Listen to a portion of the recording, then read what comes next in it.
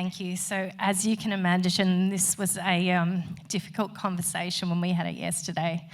A few tears. As Rose mentioned, over the last couple of days, we've had about 30 women from around the Cape who've come together to bring their voices to a yarning circle about issues that are going on in our communities around the Cape.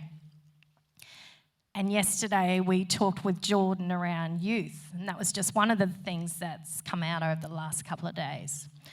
And the whole idea of the last couple of days is around local voices shaping regional positions and informing a national voice to Parliament, so that there's no more of this top-down approach. Community voices, First Nations people are shaping change. So it was a year ago that I was working as the CEO of the Puuya Foundation in Lockhart River. And Dottie and I used to go out to Portland Roads on the weekend, and then we'd go sit in the house and watch Netflix and yarn. And it was one of those afternoons that we were talking about Jordan. And Dottie started talking to me about her hopes and dreams for her granddaughter. And we were talking about where Jordan was at this stage in life. And Jordan had left school and she was in Lockhart River. And I'm going to ask Dottie to tell us a little bit about that conversation and how you were feeling at the time with Jordan. I was worried about Jordan being away from school and at home because, like she said, there was a lot of things happening. I want to fucking cry now. We may have some swearing. We had it yesterday. Just a heads up. You must go back to school. And she said, yeah, I will.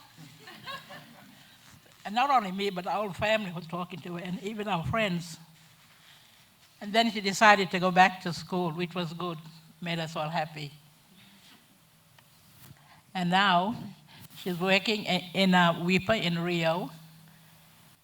And she'll be away from home, but we just up and skip away from WIPA. We're in Lockhart. Like, WIPA is just on the east side, no, on the west side, and we're on the east side. So she can always come over to visit us. But yeah, she's actually got up the courage to move away from community. We were saying, Lockhart will always be there. You go out, do your thing, come back as somebody, be somebody important, like a doctor or a policeman or something. Lockhart will never run away. It will always be here. I think that clique did get into Jordan. Jordan's here, and she decided to move away and find a job. So Jordan, I know. Jordan's going to tell us a little bit about what it was like in 2022 when you and I had a bit of a yarn around going back to school and you're a bit uncertain. What were you up to at that time? You can tell everyone here, but don't swear. Try not. Well, at the start of 2022 and the end of 2021, I got caught up in drinking, alcohol, and drugs, smoking. Yeah. And then I talked to Akka and Auntie Kirsty about going back to school. And then Auntie Kirsty put a good word in for Mr. Barton over there. And he looked over my, what's that thing called? School application. And I was accepted into the Girls Academy with all them lovely girls over there.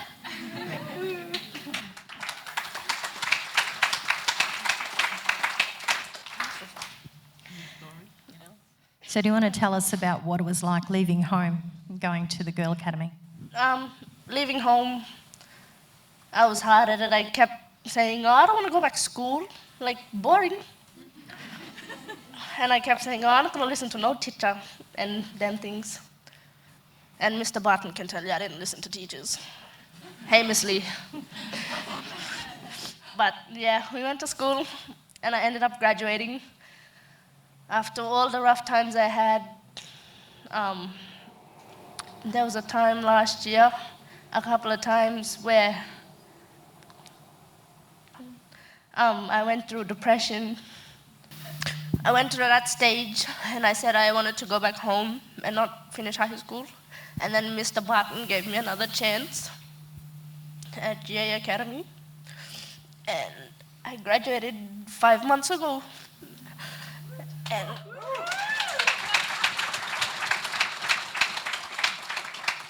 And then Cape York Employment and Cape York Partnerships, Auntie Magella, Uncle Anthony, and Auntie Keisha, they took the time with me at GA Academy when they'd come out every week. And they helped me put my resume in and do a video to send off to Rio. 3 months later, I got the email saying I've been accepted as an apprentice diesel fitter in Rio Tinto.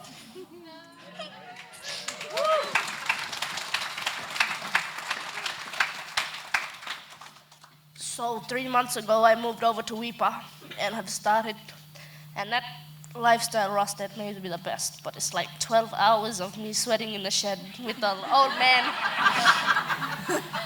But it's a good experience. And, yeah. Yesterday we went shopping for Jordan to get a new dress. And I said to her, I said, Bub, how are you going to be doing night shift tomorrow night when you get home? She said, it's okay, Auntie Kirsty, I just go out and hose the trucks. Hose the trucks down here if I'm a bit tired. So Dottie, seeing Jordan now, she started her apprenticeship.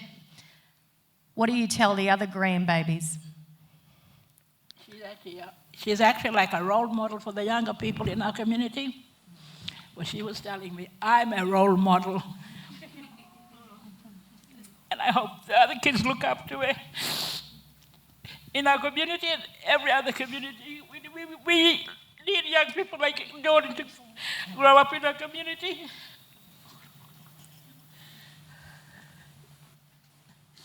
Yeah, she's a good role model for other communities, for the young people to look at her, maybe follow in her first step. And I hope she doesn't play up at Rio.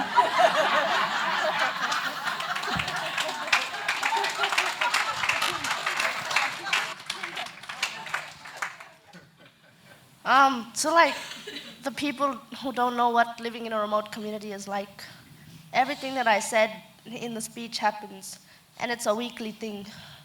Like, there are so many kids my age who are just sitting around and smoking dope. They don't care about their future. And that's because we don't have many role models in that community or in other communities. That's why I'm here to make a change for my community and be a role model for the others. And the girls sitting at Jarrigan and GA Academy tables, I hope people are try and listen to me and finish school. Even if Mr. Barton annoys you, just finish school.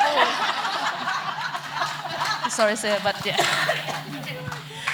So you could understand why over the last couple of days when Jordan was telling her story and Dottie was sharing her hopes, Jordan was embraced by a circle of 30 Indigenous women from around the Cape.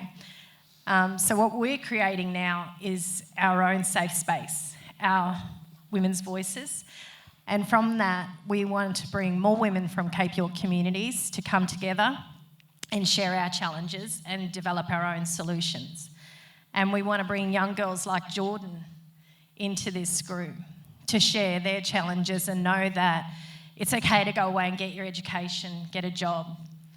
And it'll be hard, but when you come back, your aunties and your akkas and your sisters are all waiting with open arms to embrace you and have you be a mentor moving forward.